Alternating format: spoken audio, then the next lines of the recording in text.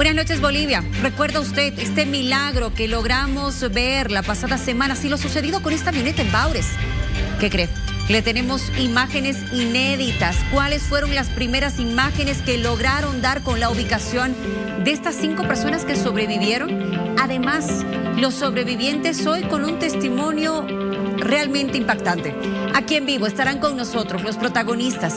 Imágenes completamente inéditas. Nadie las ha visto hasta ahora de lo que sucedió con este milagro y esta gran historia en Baures. Bienvenidos aquí en vivo. Amigos, ¿cómo están? Muy buenas noches. Bienvenidos aquí en vivo. Hola, Miriam. ¿Qué tal? ¿Cómo están? ¡Qué frío, señores! Va a seguir lloviendo en la ciudad de La Paz. 8 departamentos estamos con alerta hidrológica. Ya han bajado notoriamente las temperaturas. Hoy hemos tenido incluso neblina en la ciudad. Imágenes muy interesantes desde el teleférico, pero la gente muy abrigada sobre todo. Todos los departamentos menos Tarija vamos a estar con esta alerta. ¿Cómo es posible? Tarija se salva, ¿no? Tierra bendecida. Tierra bendecida, pero nosotros vamos a estar con frío. No, no creas, cuando hace frío en Tarija, Jesús, sí, escápate, mira. Aquí hay mucha humedad, así es que por favor, manténgase abrigaditos. Bueno, nosotros hablaremos de diferentes temas, lo político estará presente, pero vamos a arrancar hablando de este milagro, Miriam, porque tenemos testimonios e imágenes que van a impactar. Me he quedado pensando en lo que ellos han contado el primer día, el día que los rescataron, esas 36 horas que se tuvieron que mantener de pie. No podían echarse, ¿no? Porque tampoco había dónde echarse, estaban en un pedazo del avión, ¿no? El pequeño de 5 años que fue el más valiente de todos, que tiene una historia muy especial también para contar. Más importantes de esta jornada. Hoy Bolivia habla de la juez Lilian Moreno aprendida. Hoy denuncian, además, hay denuncias del Ministerio de Justicia. Tendremos el detalle de todo el operativo que se ha desarrollado y qué dice su defensa. Incurrió en racismo. Hablamos de Miguel Terceros, que niega la sindicación. Ya habría emitido declaraciones y vamos a tenerle con nuestro especialista en deportes también el detalle. Hoy Bolivia habla de, ¿suben las reservas? Tenemos 2.618 millones de dólares según los últimos datos que han brindado desde el Instituto Nacional de Estadísticas y el Banco Central de Bolivia. Hoy Bolivia habla de influenza. Llegaron vacunas, serán aplicadas a menores de 12 años. Sí, esa ha sido la determinación por parte de las autoridades ante el incremento de casos que se viene registrando en todo el territorio nacional. Hoy Bolivia habla de empadronamiento hasta el 7. Ojo, no lo deje para el último momento, no habrá ampliación. Eso es lo que han manifestado desde el Tribunal Supremo Electoral. Hoy Bolivia habla de...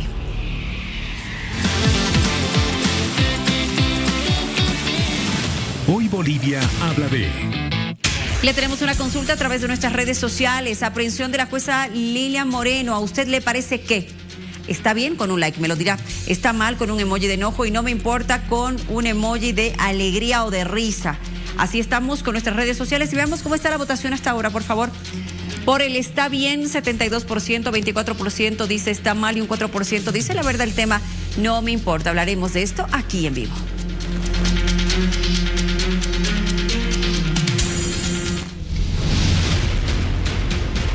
Estas imágenes corresponden a un sobrevuelo de dron. Sí, en el sector de San Javier. A ver, la movilización por parte de las autoridades fue casi inmediata. Los municipios de San Javier, el gobierno autónomo municipal de San Javier y de Baures, iniciaron los trabajos de búsqueda tras enterarse de lo sucedido, de la precipitación de esta avioneta que llevaba a bordo 5 pasajeros, 5 tripulantes. El milagro sucedió 36 horas después, cuando lograron encontrarlos, cuando los pescadores lograron también realizar estos trabajos tan atinados y lograron el milagro, encontrar a estas 5 personas con vida que ya han recibido la atención médica, han estado durante el fin de semana en el hospital, pero ya están muy bien y restablecidos. Así entraron los pescadores, imagínense hasta el lugar. Por supuesto que no era de fácil acceso, por supuesto que no cualquier maquinaria, persona podía entrar y lograr llegar hasta el lugar. Sin embargo, pescadores, conocedores de este sector completamente empantanado, gracias a las imágenes de este dron que logró la ubicación exacta antes que cualquier otro operativo, pues lograron llegar. El municipio de San Javier se movilizó, el municipio de Baures se movilizó y los pescadores junto a las autoridades realizaron este operativo y luego ya, claro, lo que todos sabemos, llegó el helicóptero y logró rescatarlo. Mire cómo estaban, orando, rezando, pidiendo a Dios por el rescate, haciendo señas, gritando. Ese espacio de la avioneta fue lo único que tenían. Estuvieron de pie, no podían sentarse y alrededor de ellos, tras el relato que conocimos, había bastantes animales del lugar. habían caimanes, habían serpientes. Y vean ustedes, ahí está en color naranja, pueden apreciarlo, naranja con gris tal vez, el fuselaje de la avioneta, lo que quedó tras esta precipitación. Así llegaban los pescadores. Este fue el primer contacto de los pescadores con estas 5 personas que estuvieron de pie durante 36 horas pidiendo, rogándole a Dios que alguien pueda escuchar sus gritos, que alguien pueda ubicarlos. Y sucedió. El milagro sucedió. Está con nosotros en este momento Cristian Velasco. Él es alcalde del Gobierno Autónomo Municipal de San Javier. Nos acompaña esta noche para darnos el relato, porque esas imágenes que vemos son del dron. Alcalde, qué gusto saludarlo. Buenas noches. Bienvenido aquí en vivo. Muy buenas noches. Muchas gracias por la cobertura. Alcalde, entiendo que la movilización de su municipio fue prácticamente inmediata. Quisiéramos saber cómo les llega la noticia a ustedes y cuáles fueron las primeras acciones. Claro que sí.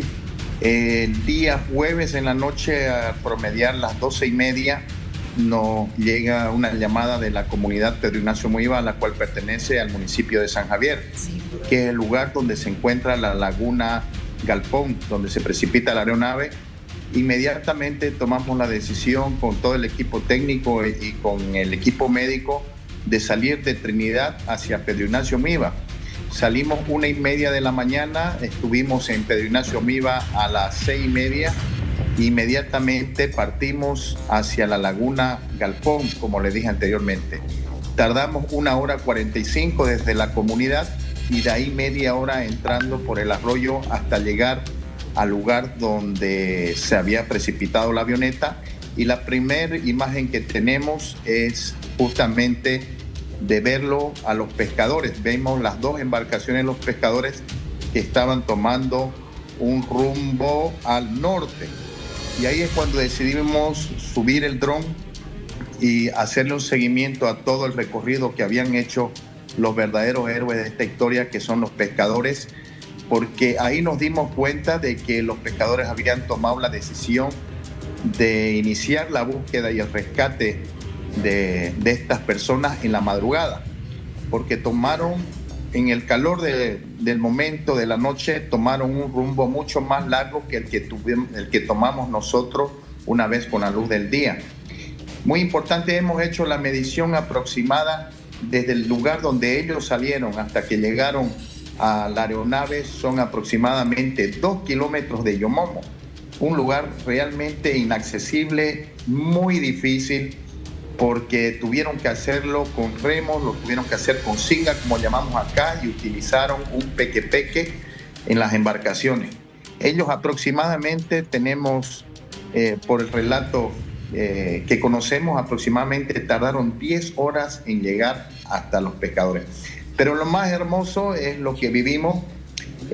Tuve la suerte, la bendición de poder manejar el dron y poder llegar hasta el lugar donde estaba la aeronave siniestrada y ver esas imágenes impactantes que son fruto de un milagro. Yo lo digo porque 36 horas parado en esas adversidades naturales que tenemos, porque son llenos de caimanes, de sicurí, de víboras, de lagarto. Entonces, verlas a esas personas paradas y recibirnos con esa alegría, como ustedes las ven en las fotografías que están mostrando hoy en el medio, y las señas que nos hacían de que pedían que los rescatemos, que necesitaban agua, nos apuntaban al niño, y la alegría personal de ver a ese niño parado con esa fuerza que tienen solo los niños y esa fuerza que emiten hacia los más grandes para que se puedan mantener de pie y esperar la ayuda que correspondía. Me quedo con esas palabras, alcalde, lo que usted manifiesta, esa emoción de saber que lograron rescatar estas vidas, y también lo que usted dice, los verdaderos héroes, los pescadores, que según lo que me está contando usted, además tomaron una ruta más larga para poder llegar hasta el lugar. Alcalde, quiero que se quede conmigo, por favor, un momento, porque enseguida vamos a estar junto a Patricia Coria, que es una de las sobrevivientes, la madre del pequeño de 5 años que estamos viendo en esas imágenes. Quiero conversar en breve nuevamente con usted, alcalde, pero mientras tanto vamos a lograr establecer esta conexión con con una de las sobrevivientes que estuvo ahí con este grupo de 5 personas de pie durante 36 horas orando, rogándole a Dios por rescate, y los milagros existen. Sí, Dios oyó las plegarias y movilizó de manera inmediata al personal del gobierno autónomo municipal de San Javier, y por otro lado Baures, por otro lado estos pescadores de buen corazón que tomaron la iniciativa de iniciar la búsqueda por su cuenta, hacerlo por la ruta más larga, sin importar el esfuerzo y también las horas de cansancio para ellos, a remo puro. Tufi, estás conmigo, de seguro también impactado por este relato que ahora, una parte nueva de la historia, nos están comentando desde San Javier, en Beni. Tufi. Luciana, evidentemente estamos conociendo detalles recientemente revelados que desconocíamos, ese impactante relato del alcalde, pero sobre todo esa imagen tomada mediante dron, y lo que se revela finalmente, que los pescadores tuvieron un rol fundamental en este milagro. Habíamos hablado de la destreza del piloto, que por supuesto la reconocemos, pero también está esta planificación de llegar hasta el lugar, el propio sacrificio, esfuerzo de los pescadores, que entiendo que ya han sido también reconocidos por las autoridades en función de lo que consiguieron finalmente consolidar este milagro, Luciana. Seguro que sí, Tufi. ¿Y viste el lugar? Realmente inaccesible, realmente imposible, dirán muchos, pero se logró por el esfuerzo de los pescadores, Tufi. Claro que sí, yo veía ese espacio de agua en medio de también todo lo que significa lo verde ahí. Me imagino lo que habrá buscado el piloto, precisamente ese espacio de agua para poder ahí hacer el aterrizaje forzoso. La verdad que impenetrable el lugar, unas pequeñas sendas de agua por lo que se ve, y ahí la aproximación de los pescadores en una especie de embarcación. Miren ustedes, es espeso el verde, indudablemente que ahí debe haber una fauna como la que comentaban, de lagartos, sicurís, víboras. Miren ustedes, es muy revelador, sobre todo la imagen, ¿no? La actitud también del niño me impresiona, cómo está de pie firme, y por supuesto los otros sobrevivientes también. Increíble, Tufi. Está con nosotros Patricia Coria, la mamá de este pequeño, una de las sobrevivientes que ya, Dios gracias, está bien de salud. La vemos con algunas heridas, pero bueno, de pie y junto a su niño, que ha querido también contactarse con nosotros. Es el pequeño Iker. Buenas noches, Patricia. Qué gusto de verdad nos da verla. Muy buenas noches a todos ustedes, a todos el televidente disponible. Tenemos un pequeño problema por la señal, pero vamos a intentar conversar con usted, Patricia. Primero y antes que nada, ¿cómo está usted? ¿Cómo está su salud? ¿Cómo está el pequeño Iker? Bien. Hola, mi amor. ¿Estás bien? Sí. Se te ve muy bien. ¿Cómo estás de tu cuerpito? ¿Hay algo que todavía te duele? ¿Qué te ha dicho el doctor? ¿Te ha visto bien? Sí. Estás muy bien. Iker, ya que estoy conversando contigo, no voy a perder la oportunidad. Me contaron por ahí que tú viajaste agarrado de un rosario que te regaló la tía, porque fue la primera vez que subiste a un avión, ¿cierto?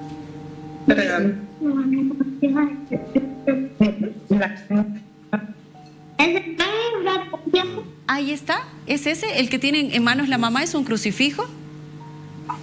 Es una cruz que tiene. Es una cruz que le regaló. Iker, ¿me cuentas quién te regaló esa cruz y por qué la llevaste en tu viaje? ¿Quién te la regaló? Mi mamá. ¿Y por qué la llevaste a tu viaje?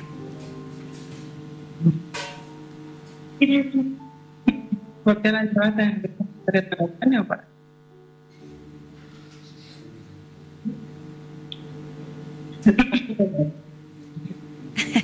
Él está pensando. Bueno, quiero contarles que sí, evidentemente, esa cruz acompañó a Iker durante todo el viaje.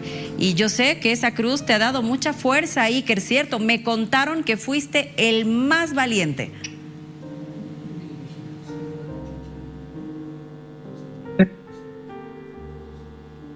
Déjame acompañar.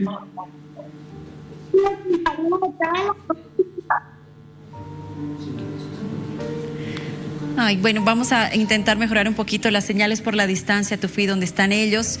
Pero mira esta imagen que tenemos. Claro, sí. La señora Patricia Iker, de 5 años. Yo no conocía tampoco, sí.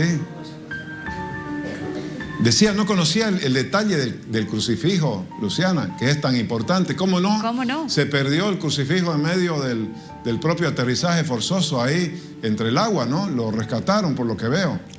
Entiendo que Iker prácticamente no lo ha soltado. Desde que subió a esa avioneta, durante el tiempo de vuelo, y claro, en toda la precipitación y la situación, Iker estuvo firme agarrando ese crucifijo y te garantizo que ha sido lo que le ha dado fuerza. Estuvo 36 horas de pie, Tufi. 36 horas con el temor, con la mamá un poco malherida. Impresionante. Sí. Yo tenía conocimiento que inclusive lo estaban trasladando a él por motivos de salud, de Baures a Trinidad, que era uno de los motivos del vuelo, ¿no? Correcto. Y bueno, lo vemos sonriente ahora, saludable, gracias a Dios, portando el crucifijo. La mamá también muy feliz, un poco con una herida de la que se recupera, pero todos casi destacaron, inclusive cuando hablamos con el piloto, destacaron el coraje de Iker, la valentía, la persistencia de estar ahí parado, de pie todo el tiempo encima de la panza de la aeronave, como se dice, ¿no? Amenazados todos por las fieras que habían ahí en el lugar, me refiero a la fauna un poco peligrosa. Y bueno, es evidente la paciencia del pequeñito y el coraje que lo destacaron, remarcamos una vez más, el propio piloto. Lo dijo y dijo que fue el más valiente, que estuvo ahí firme. Y claro, mira cómo esa crucecita artesanal pues los ha acompañado y de seguro ha sido parte de este milagro. Tufi, por favor, le voy a pedir al alcalde, a don Cristian Velasco, alcalde municipal de San Javier, a la señora Patricia y a mi querido Iker, al valiente Iker, que nos aguarden un momento. Vamos a intentar mejorar un poquito la señal para poder escucharlos. Queremos su relato, queremos conversar con ellos, al margen de expresarles una vez más la alegría que sentimos de que puedan estar hoy con nosotros aquí en vivo. Voy a hacer un pequeño paréntesis, Tufi, Patricia, alcalde, por favor. Vamos a ir con otro tema, unos minutos nada más, y vuelvo con ustedes ya con mejor señal. Miriam, contigo, por favor, ahora.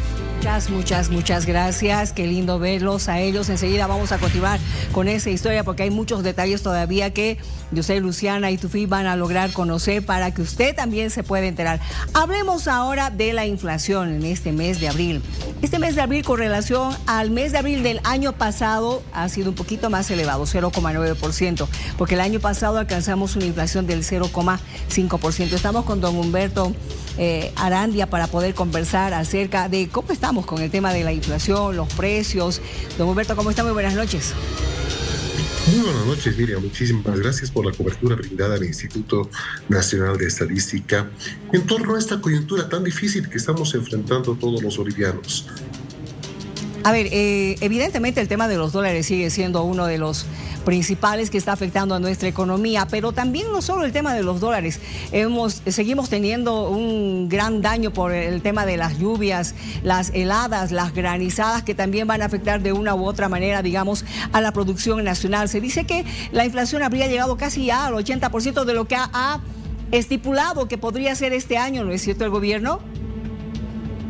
Bueno, el Instituto Nacional de Estadística mal se podría manifestar en torno a proyecciones que no realizó y proyecciones que se realizaron en junio del año pasado. No nos olvidemos que en junio del año pasado, en el momento que se elaboró la ley financiera, no se tenían previsto que se iban a tener los tremendos impactos que se tuvieron por parte del bloqueo de grupos políticos radicales en los meses de octubre y noviembre. Bloqueos que en sí mismo llegan a explicar prácticamente el 40% del total de la inflación acumulada desde ese momento. Empero, no podemos ocultar la realidad. Hemos enfrentado y estamos enfrentando un proceso inflacionario, el cual, por suerte, en el mes de abril, una vez que se han relativamente, entre comillas, podríamos decir, normalizado algunas cosas. Ya no tenemos bloqueos en abril, o no hemos tenido. Ya no hemos tenido problemas climatológicos tan severos. Ya no hemos tenido problemas de escasez de combustible como hemos tenido en marzo, que ha afectado a la cadena productiva. productiva. Entonces esto ha hecho que junto con la reducción de la especulación, los precios bajen. Por ejemplo, un precio que tanto nos importa, el precio del pollo, ha caído de 27 bolivianos el 15 de marzo a 18 bolivianos el día de hoy, cosa que es significativa. El tomate, lo mismo. La carne porcina ha caído de 37 a menos de 26 el día de hoy. Pero hay un precio el cual en este momento no tiene explicación que continúe elevado, es definitivamente el precio de la carne de res. Sí. Evidentemente, Tufi, el precio de la carne de res nos mantiene todavía con muchos problemas, especialmente para muchas familias.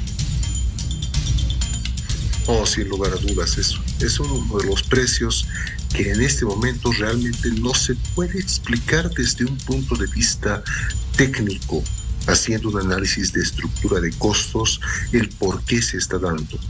Se han enfrentado múltiples contradicciones en la explicación. La H. Le falta la H. ¿Perdón? Tufi, ¿te escuchamos? Sí. Sí, Miriam, evidentemente estoy escuchándolo al director del INE. Director, buenas noches.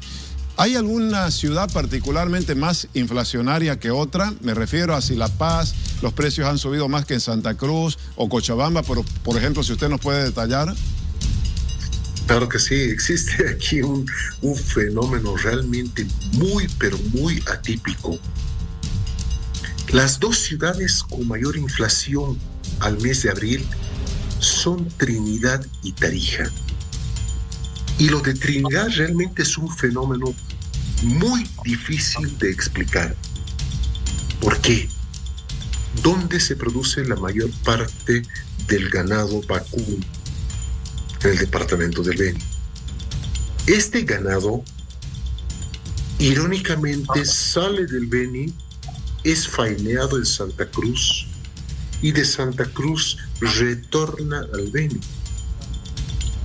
Y este proceso, al cual se le sumen los márgenes de intermediación, de comercialización, mayoristas y minoristas, hace que en el Beni, el departamento productor por excelencia de la carne de res, es donde se registra el mayor incremento a nivel nacional. Es algo irónico. En el caso de Tarija,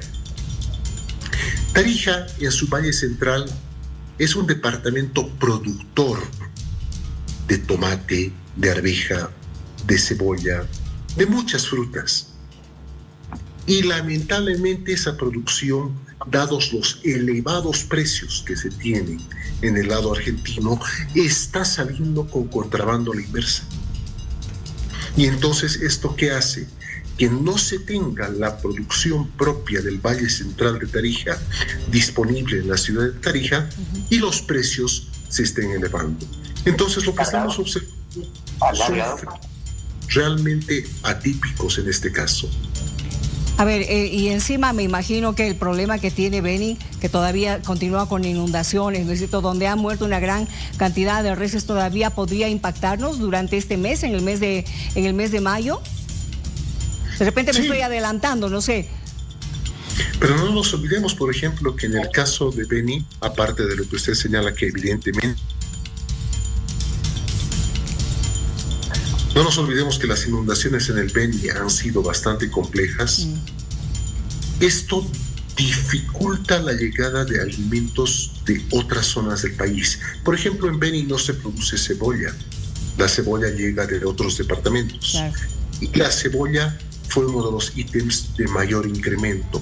En el Beni no se producen fármacos, químicos y algunos otros elementos que sí se producen o se importan de otros países. Entonces, la inflación en este departamento fue mucho mayor. A ver, quiero revisar el siguiente cuadro con ustedes, con Tufi, con Humberto, por favor, para que revisemos, señor director, cuando usted guste. ¿Cómo estaba la inflación en enero? Hemos alcanzado el 1,95%. En febrero llegamos al 1,26%. En marzo al 1,71% y ha bajado para el mes de abril al 0,90%. Pero con relación al año pasado, reitero, este mes de abril está un poquito más elevado, porque el año pasado pasado, en abril habíamos llegado al 0,50%. A ver, hemos bajado tremendamente de 1,71 en marzo a abril al 0,90%. Don Humberto, su análisis, por favor. El mes de enero tuvimos los últimos rebotes por el nefasto bloqueo de intereses políticos que se tuvo en octubre y noviembre. En octubre y noviembre no se tuvo la recarga de pollos, no se alimentó de manera apropiada al ganado porcino y por ende ese efecto se tradujo incluso hasta finales del mes de enero. La inflación que observamos de octubre, noviembre, diciembre, enero es producto de los bloqueos, un efecto extendido que se da en la cadena productiva. En el mes de febrero hemos enfrentado problemas climatológicos complejos, porque si bien hubo una muy buena producción de tomate, por ejemplo, el tomate no podía salir de los valles cruceños, no podía salir del cono sur de Cochabamba y no podía salir de los valles paseños porque las vías estaban anegadas. Y en el mes de marzo tuvimos un conflicto muy serio en términos de lo que fue la distribución de hidrocarburos. La escasez de dólares en nuestra economía limitó la logística y la distribución de hidrocarburos a nivel nacional, haciendo que se impacte en la cadena productiva y en el abastecimiento de los mercados. Cosas que en cambio en el mes de abril no ocurrieron. Y en tal sentido la inflación bajó.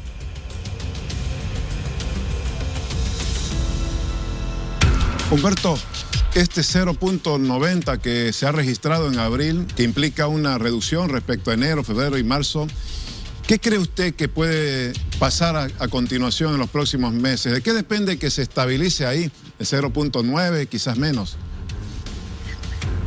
Tendría que empezar a bajar más en la medida de que, primero, no existan lo que he señalado, bloqueos, no existan problemas de distribución de hidrocarburos.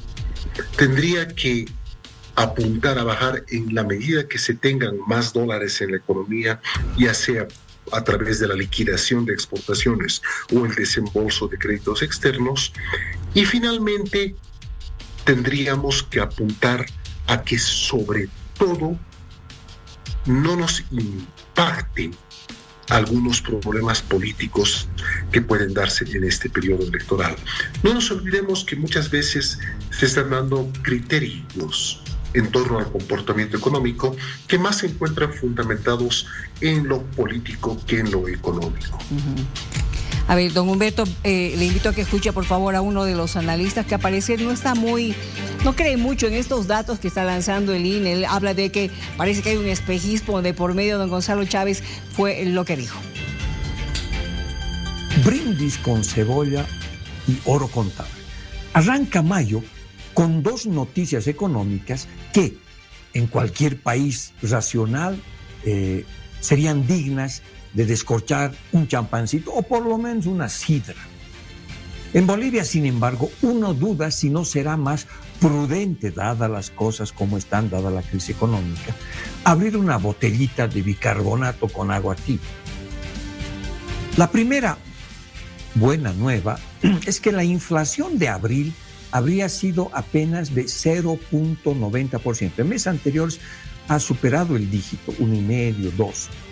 La segunda buena noticia es que las reservas internacionales del Banco Central de Bolivia subieron a 2.618 millones de dólares. O sea que se nos volvió millonario el Banco Central de nuevo, por lo menos en el papel. Es en estos momentos que aparecen los aplausos grabados.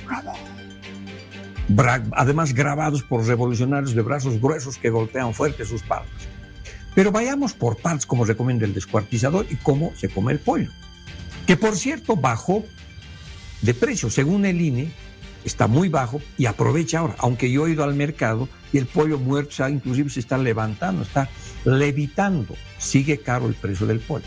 Ahora, la inflación acumulada en los primeros 4 meses de este 2025 ya es de 5,95%. O sea, ya nos hemos comido casi el 80% del plan anual de inflación del gobierno, que se había propuesto con un optimismo zen, 7.5% para todo el 2025. Ahora, la inflación interanual del IPC debe estar alrededor de 17%. Aunque, si somos más dramáticos, la inflación de alimentos entre abril del 2024 y abril del 2025, es decir, la interanual, fue superior al 26%. O sea, 26% significa que un cuarto más caro cuesta ahora vivir un año. Pero no se preocupe, la cebolla solo subió 25,71% en abril. Un lujo aromático. Tranquilo, entre tanto, el tomate, la papayita, el transporte interdepartamental bajaron de precio. Así que si usted come papaya viajando en flota, todo está bajo control. ¿Qué dice don Humberto? Creo que mucha fábula y poco número. Lamentablemente, cuando se emplea un lenguaje tratando de disfrazar los números, es por una carencia de conocimientos. Muchas veces le hemos invitado al señor Gonzalo Chávez que conozca nuestra metodología, y detrás de historias de fábula y falacias y cuentos de niños quiere disfrazar una realidad de adultos. Yo le invito cordialmente a que entremos al mundo de los adultos, un mundo donde evidentemente existen complicaciones y no necesitamos estar contando cuentos de niños para que la gente entienda. Hay problemas inflacionarios, no se los puede ocultar, pero tampoco podemos estar utilizando falacias para engañar a la gente. Don Humberto, le agradezco mucho por haber estado con nosotros. El próximo mes nos estaremos encontrando porque hay que ver, a ver si es que el frío no va a impactarnos demasiado en los bolsillos, el tema de los medicamentos, los resfríos. Hay que estar preparados para que estaremos viendo otros datos. Que le vaya muy bien, buenas noches. Muy buenas noches, muchísimas gracias a usted y a toda su gentil audiencia. Gracias. Gracias. Vamos a lo prometido. Retomamos nuestra conversación con Cristian Velasco, alcalde de San Javier, también la señora Patricia Coria y el pequeño Iker, sobrevivientes de este accidente. Vuelvo con usted, por favor, alcalde. Nos estaba relatando parte del trabajo que se ha desarrollado. Me imagino que con muchísima satisfacción, luego de haber dado con el paradero de estas 5 personas, saber que están bien y hoy contando la historia de lo vivido.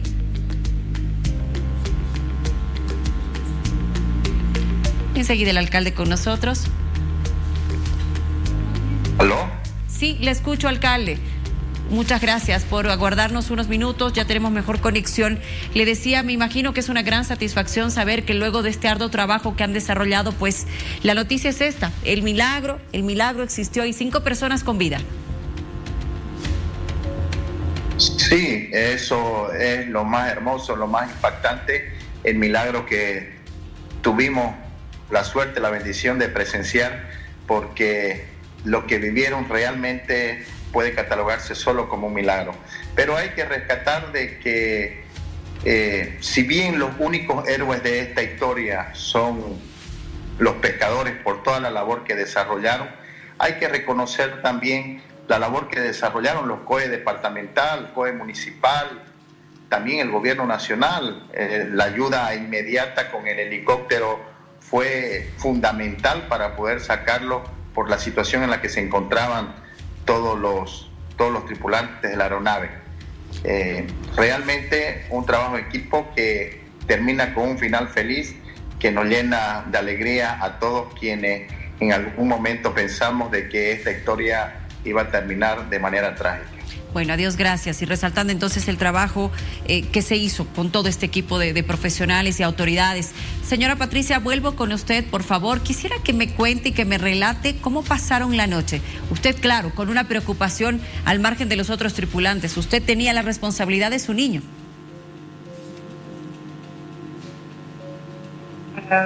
Sí. Yo en la noche no podía dormir porque tenía que estar pendiente para no pudiera cortarlo. Seguro que sí, pendiente de lo que sucedía alrededor, pendiente de la salud de Iker, y además usted estaba con un golpe bastante fuerte en la cabeza. Sí, bueno, ahí por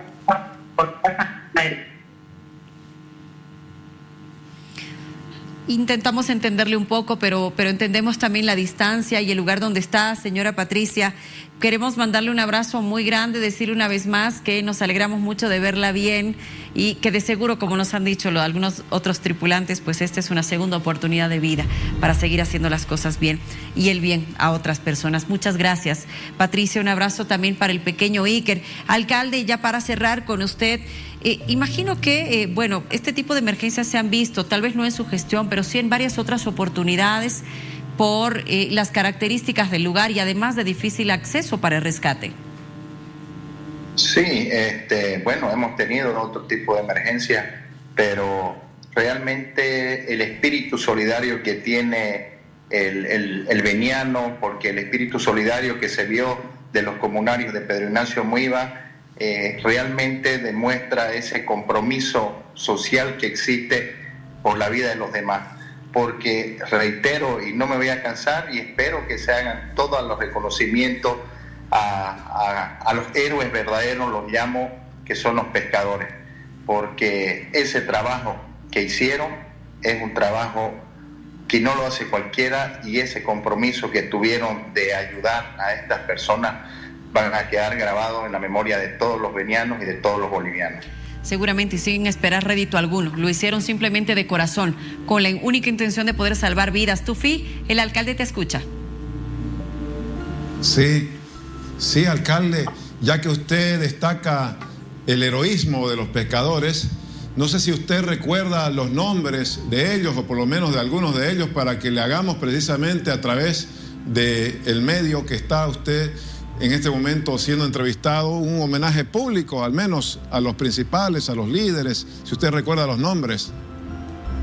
Bueno, conozco que la mayoría son la familia Mancilla, conozco a otros que son de la comunidad Pedro Ignacio Muiva, pero hoy tuvimos un contacto con el gobernador y me decía de que se va a hacer un reconocimiento a todos estos héroes, y va a ser muy importante de que se le haga ese reconocimiento, no solamente en la gobernación, se debería hacer a nivel nacional, porque son unos héroes.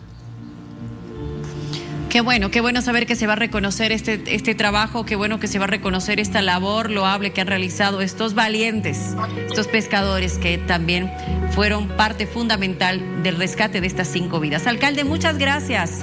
Gracias por el trabajo realizado, gracias por el testimonio y por haber estado con nosotros esta noche aquí en vivo.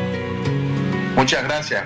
Buenas noches. Que le vaya muy bien. Conversando con nosotros, Cristian Velasco, alcalde de San Javier, que nos brindó estas imágenes en exclusiva, imágenes de un dron que logró el primer contacto, la primera imagen de estas 5 personas que sobre los restos de esa avioneta aguardaron 36 horas de pie, rogando a Dios por el milagro que sucedió. Hay una noticia que ha dado el Banco Central de Bolivia, y es que nuestras reservas internacionales han crecido de 1.889,3 millones de dólares. Ahora se encuentran en 2.618 millones de dólares, concretamente 2.618 millones de dólares. ¿A qué se debe? Y usted se va a enterar a qué se debe, por favor. Estamos con don Sergio Colque, que es asesor de política económica del Banco Central de Bolivia. Don Sergio, ¿cómo está? Muy buenas noches. Dele la noticia al país de cómo han aumentado nuestras reservas internacionales, porque esto no es por obra y magia, ¿no? Efectivamente, Miriam, muy buenas noches, saludo a toda la audiencia. Sí, efectivamente, como tú lo señalabas, hemos llegado este nivel de reservas al 30 de abril de 2.618 millones de dólares, lo cual representa más de 640 millones de dólares comparado con el cierre de la gestión anterior, ¿no? Esto significa que no solamente ha habido una estabilidad de las reservas en los últimos 14 meses, sino también un cambio de tendencia positiva, ¿no? Creciente en las reservas. Y si también uno, por ejemplo, puede advertir en la composición de las reservas, ¿no? Por ejemplo, había ahí alguna preocupación en el tema de las divisas, de la liquidez, ¿no? En la gestión 2024 habíamos cerrado cerca con 47 millones de dólares, y el dato al 30 de abril hemos cerrado un poco más de 165 millones de dólares, es decir, 3 veces más en nivel de divisas que teníamos hace 4 meses. También ahí, dentro de la composición, por supuesto, un elemento importante tiene que ver con el oro, ¿no? Donde el oro se ha incrementado en este periodo, en este cuatrimestre, un poco más de 500 millones de dólares, lo cual, por supuesto, es algo muy meritorio para toda la economía, pese a una situación muy desafiante, muy compleja, todavía en el contexto internacional y, por supuesto, también en el tema interno, ¿no? Recordemos, en el tema internacional todavía continúa la prolongación de la guerra entre Rusia y Ucrania, que hace, por ejemplo, que algunos precios como el petróleo, que nos impacta esto directamente a la economía boliviana, porque tenemos que erogar mayores recursos, por ejemplo, para la importación.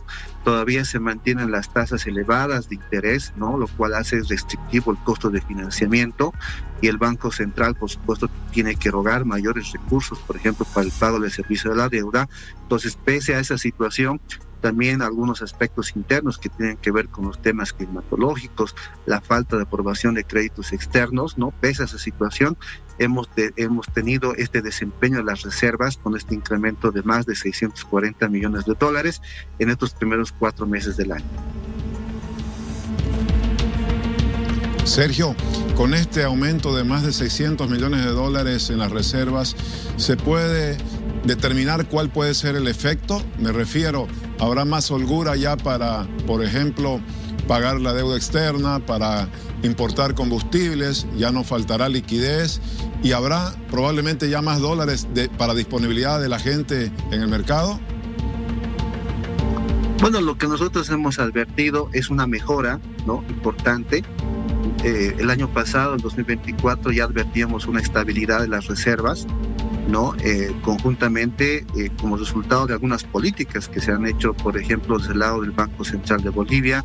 Una de las principales, por supuesto, tienen que ver con la compra del oro de producción nacional, ¿no? Ahí, tal vez como dato, en estos primeros 4 meses hemos logrado comprar cerca de 5 toneladas, ¿no? Exactamente 4.94, lo cual representa cerca de 527 millones de dólares solamente en estos primeros 4 meses del año, ¿no? Adicionalmente ahí, si uno va sumando las diferentes políticas de acuerdo a lo que nos permite la norma, ¿no?, de dar de cierta liquidez a través de ciertas operaciones, hemos logrado un poquito llegar a 915 millones de dólares. Esto ha permitido, por supuesto, tener esta tendencia positiva de las reservas, ¿no?, que ha permitido, como se señalaba, cumplir, ¿no?, el servicio de la deuda pública externa. Por ejemplo, hemos cubierto casi 585 millones, esto representa el 35% de la deuda programada. Se ha cumplido también el pago de la importación de combustibles, otros 600 millones. Solamente en estos dos conceptos, más o menos son 1.000 millones de dólares que se han podido cubrir, ¿no?, con las reservas internacionales. Y por supuesto, nuestro objetivo es de que esta tendencia, ¿no?, del incremento de reservas sea permanente, sea sostenible y por supuesto pueda permitir, por ejemplo, una mayor liquidez para cubrir estos futuros pagos que se tienen programado en el resto del año. Ahora, en este caso, para que también la población sepa, nos ha favorecido el hecho de que el oro haya alcanzado un récord histórico en su precio, ¿no es cierto? Ha aumentado el precio del oro. Sí, efectivamente ha habido un incremento, ¿no? No solamente esta gestión, sino ya desde la gestión 2024, sí. Razón por la cual el país también se ha beneficiado, ¿no?, por el hecho de esta compra del oro que justamente ha hecho el Banco Central, ¿no? Solamente mencionaba, estos primeros 4 meses hemos comprado cerca de 5 toneladas, esto representa 527 millones de dólares, pero en lo que va, por ejemplo, desde el momento de la promulgación, implementación de la ley 1503, donde le habilita al Banco Central la compra del oro, hemos totalizado cerca de 23,57 toneladas de oro, ¿no? Lo cual, como tú dices muy bien, Miriam, nos ha favorecido, por supuesto, el tema de los precios, pero también ha sido aprovechado porque el Banco Central ha comprado este oro, ¿no?, en el mercado interno para el fortalecimiento de las reservas internacionales. Sergio, usted menciona que subió a 23 toneladas, un poco más, las reservas de oro. ¿Se hizo finalmente uso de este recurso para establecer garantías y captar divisas o finalmente eso no se ha ejecutado? Bueno, gracias por la pregunta. A lo que yo me hacía referencia era lo que ha comprado el Banco Central, es la promulgación de la ley, son más de 23 toneladas, pero respondiendo un poco a cuánto es la cantidad de toneladas en oro que tiene al 30 de abril, ¿no? Este nivel alcanza a 22,5 toneladas, ¿no? Con corte a finales del mes de abril, lo cual significa, por supuesto, que el Banco Central, en cumplimiento a la ley 1503, que establece que se debe mantener un mínimo de 22 toneladas, ha ido cumpliendo de manera permanente en todo momento, ¿no? Entonces, esto también está, por supuesto, de manera mucho más detallada en los diferentes informes, en la página web y los informes que se han ido dando a la Asamblea Legislativa Plurinacional. Don Sergio Colque, muchas gracias por habernos dado esta explicación para que también la población sepa si han crecido nuestras reservas internacionales. Y nos encantaría que sigan creciendo aún más, pero no solamente por el oro, ¿no es cierto? Por lo menos ese es el deseo que tiene la población. Que le vaya muy bien. Buenas noches. Muy buenas noches, gracias por la invitación. Gracias. Vamos a establecer contacto con nuestra unidad móvil junto a nuestro compañero Sergio Loza para conocer la situación de la jueza Lilian Moreno, que recuerde, fue trasladada desde Santa Cruz, conexión Cochabamba, y ahora está en La Paz. Sergio, contigo, por favor.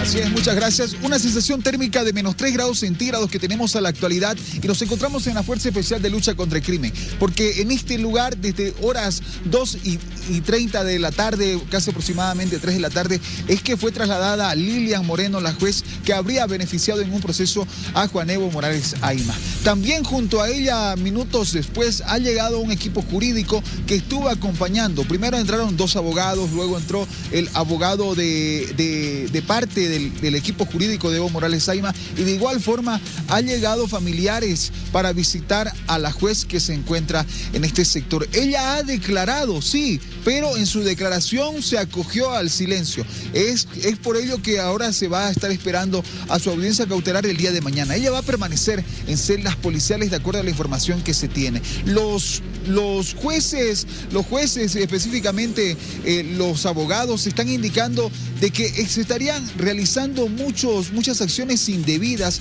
y que esto atentaría directamente contra la funcionabilidad que tendrían ellos. Entonces nosotros vamos a estar aguardando a ver cuáles son las nuevas resoluciones y recordar que también estuvo Derechos Humanos, acá representante internacional de la Corte Interamericana de Derechos Humanos, viendo cuál era el estado de salud de la juez que se encuentra en este sector. Él adjudicó de que ella se encuentra en óptimas condiciones y no tendría por qué ser trasladada a otro sector. Sin embargo, en horas de la noche, anticipadamente, nosotros hablamos con los abogados defensores de ella y indicaron de que se encuentra en muy mal estado de salud porque ella recientemente había salido de una operación. ¿Qué deparará? Vamos a estar aguardando nosotros a mañana, posiblemente se esté realizando su audiencia cautelar.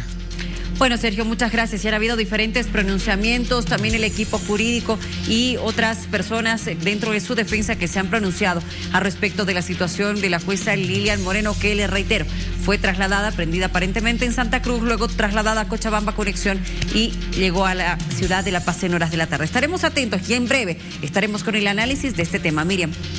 Gracias.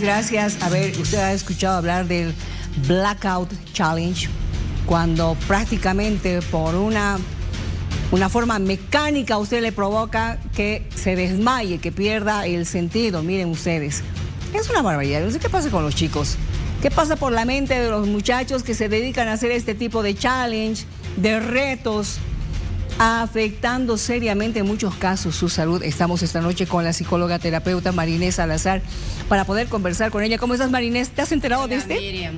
¿De este reto? Lamentablemente he visto las noticias y bueno, me preocupa, ¿no? Me preocupa muchísimo la labor que estamos cumpliendo los padres, las madres, los educadores respecto a las emociones de los chicos y las chicas. Exacto.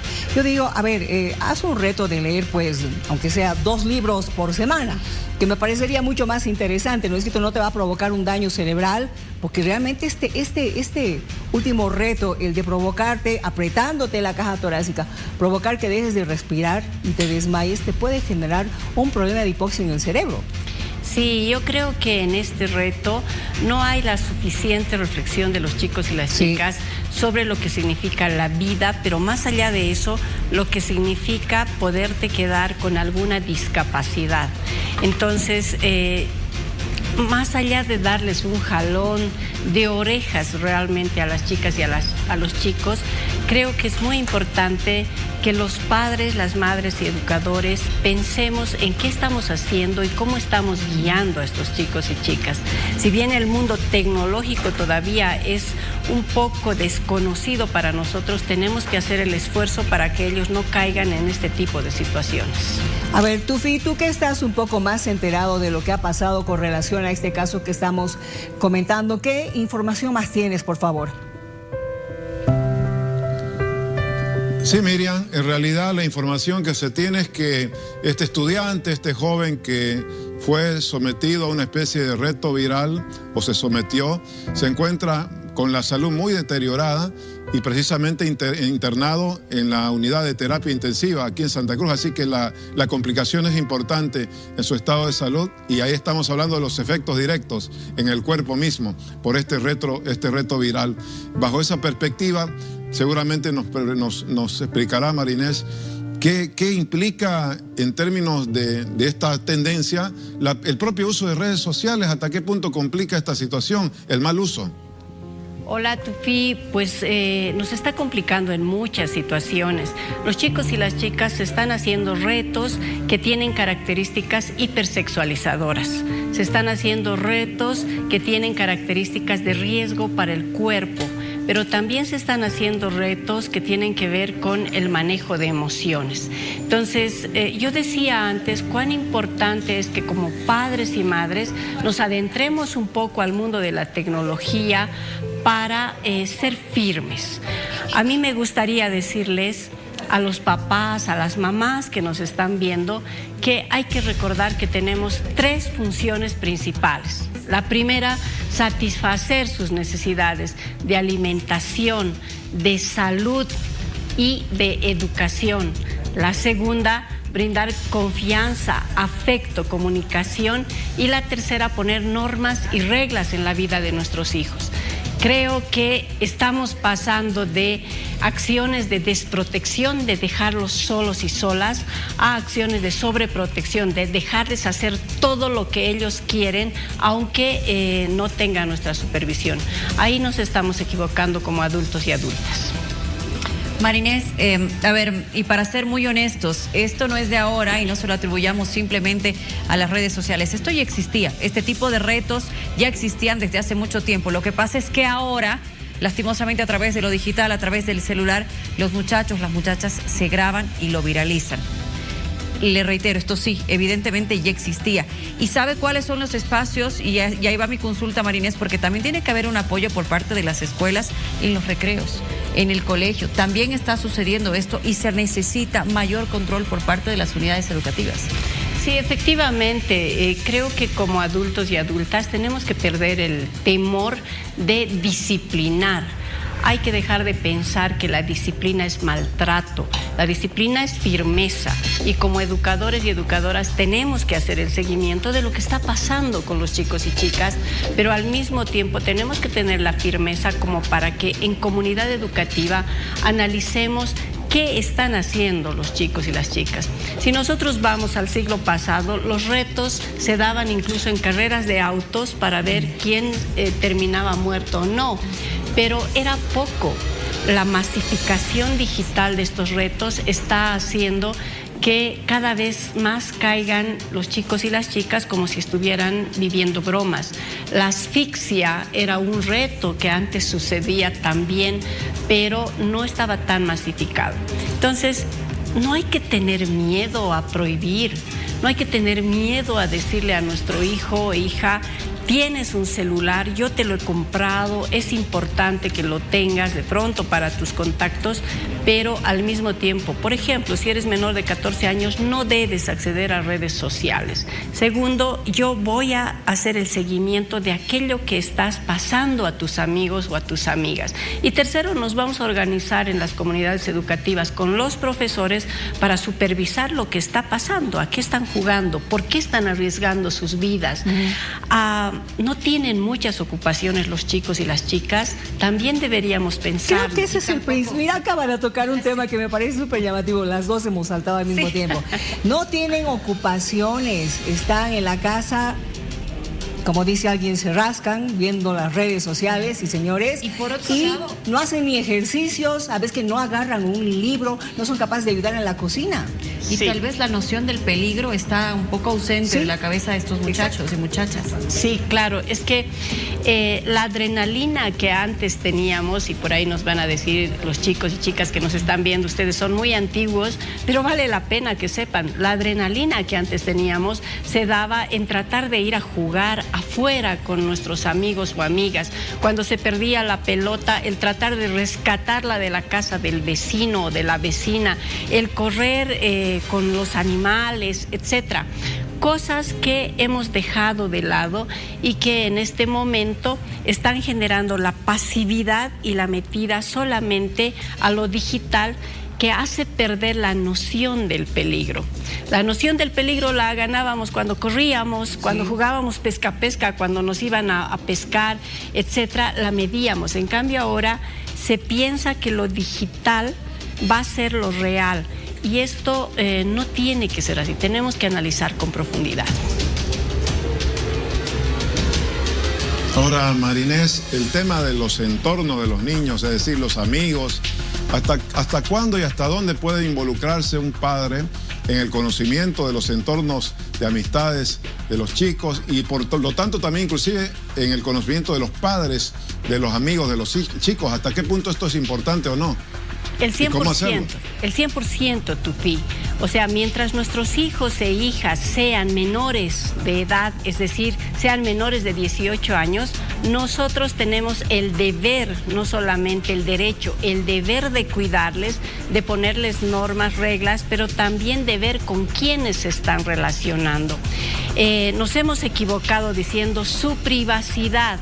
Tiene que tener sus redes, tiene que tener sus amigos, sí tienen que tenerlos, pero nosotros tenemos que estar enterados quiénes son, qué tipo de juegos desarrollan, cuáles son los desafíos que se están planteando.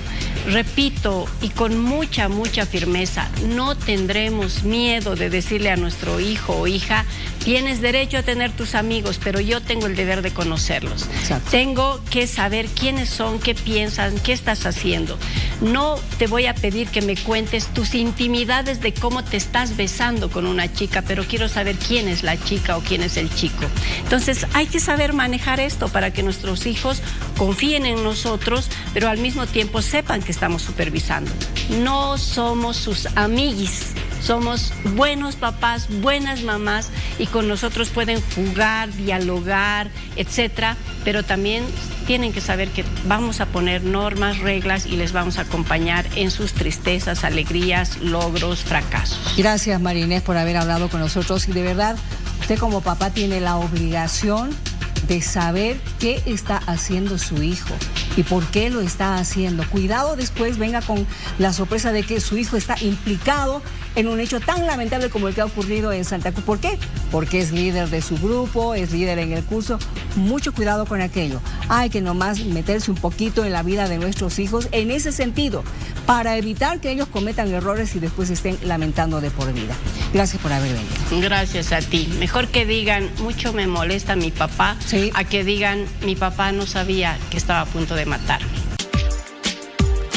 Bueno, cuando falta, ¿cuánto? Un poquito más de 100 días para las elecciones generales de agosto próximo, el Tribunal Supremo Electoral ha sacado ya su cartografía, la cartografía con datos ya correctos y certeros para las próximas elecciones, ¿no es cierto? Sin embargo, ya ha habido algunos cuestionamientos, como por ejemplo el realizado por el diputado Alejandro Reyes, con quien vamos a conversar a continuación, diputado por Comunidad Ciudadana. ¿Cómo está, diputado? Buenas noches. ¿Cómo estás, Miriam? Un saludo cordial a toda la gente que nos está viendo esta noche. A ver, dicen que los nuevos criterios que se han incorporado para esta nueva cartografía son la densidad poblacional, la continuidad geográfica y la afinidad territorial conforme al artículo 146. ¿Qué no le ha parecido a usted y por qué? Bueno, primero decir que realmente esos tres criterios se están vulnerando con una de las circunscripciones más importantes en La Paz. Estamos hablando de la circunscripción 7. Pero para partir desde el principio, nosotros hemos hecho un trabajo exhaustivo revisando de las 63 circunscripciones uninominales que tenemos a nivel nacional, hemos podido encontrar 24 con irregularidades. ¿En qué sentido? Que se mezcla el área rural con el área urbana, sin importar si son municipios intermedios o municipios grandes o municipios pequeños, y la continuidad, es decir, el territorio. Aquí claramente hay una intención muy importante de generar, tal vez a través de esta mezcla del área rural con el área urbana, una tendencia en la votación, lo cual es gravísimo. ¿Por qué? Porque claramente acá ya no está importando los criterios de representación, ya no están importando los criterios de crecimiento como tal, porque un área urbana es muy diferente a un área rural y además las diferencias y las brechas también se pueden hacer sentir y por eso necesitan diferentes representantes con conocimiento de esa realidad. Por lo tanto, acá en esta nueva cartografía publicada el día de ayer, se están vulnerando muchos de esos puntos tan importantes. Para ir a un punto muy específico que podemos utilizar como ejemplo, la circunscripción 7 de la ciudad de La Paz, del municipio de La Paz, ha sido una de las más afectadas. ¿Por qué? Porque esta circunscripción, que es de la zona sur, el pueblo boliviano sabrá, consiste en varios barrios de la zona sur, se le ha incluido área rural, que son 3 municipios más. Estamos hablando de Achocalla, Mecapaca y Palca. Por lo tanto, esta circunscripción se convierte prácticamente en una circunscripción que abarca 4 municipios: La Paz, Mecapaca, Palca y Achocalla. Además, se le está sumando una población de 87,000 personas. Es decir, a las 123,000 más o menos que teníamos en La Paz, en esta circunscripción, le aumentamos 87,000 más. Llegamos a un punto de más o menos 233,000, 34,000 personas. Aquí viene el criterio más importante, el de la representación. En este sentido, La Paz tiene circunscripciones con una densidad geográfica y de población bastante importante, porque es un centro urbano.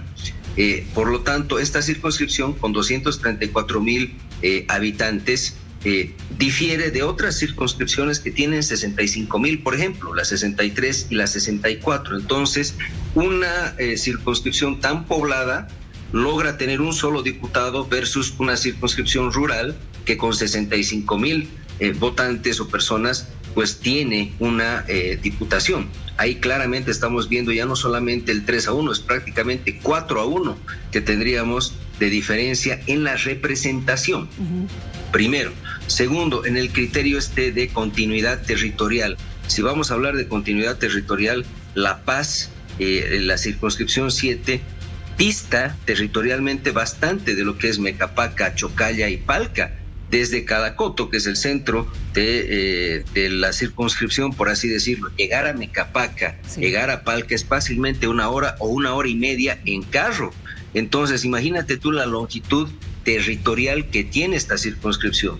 Y claramente aquí hay que ser más que claros, ¿no? Un representante justamente tiene que velar por el conocimiento de su región o de su circunscripción y además representar esas necesidades. Aquí entra muy en claro el área rural, el área urbana, municipio intermedio, municipio grande, tienen distintas necesidades.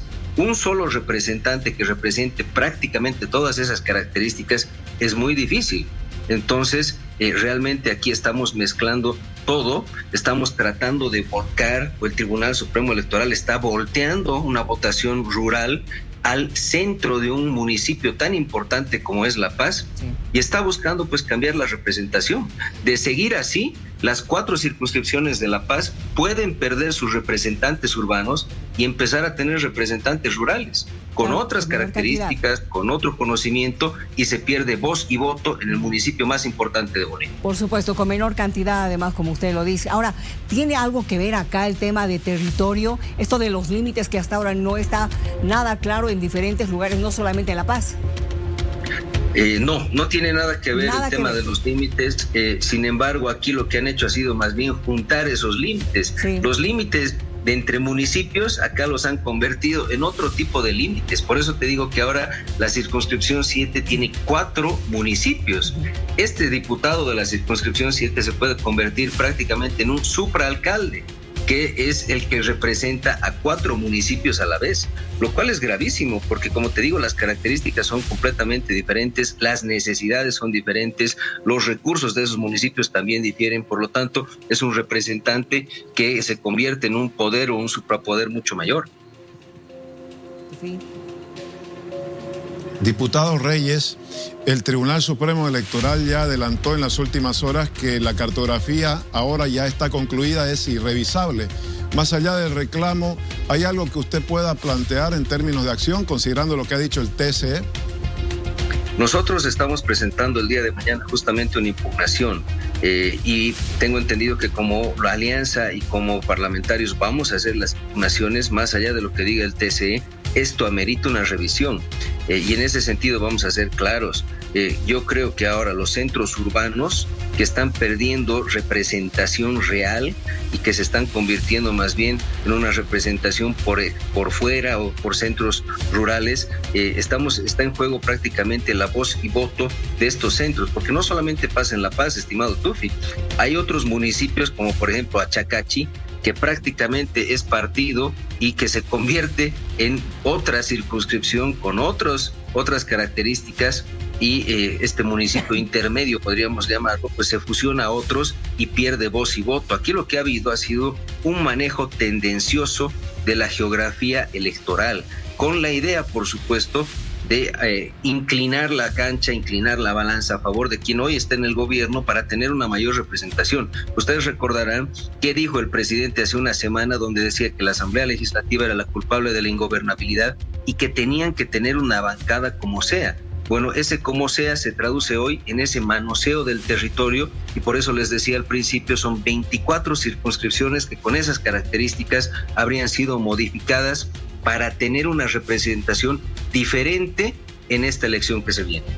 Gracias, diputado Reyes, por haber hablado con nosotros. Seguramente esto se va a seguir discutiendo en los siguientes días a raíz de la observación que usted ha realizado. Que le vaya muy bien. Buenas noches. Muchísimas gracias, Miriam. Un saludo cordial a todos. Gracias.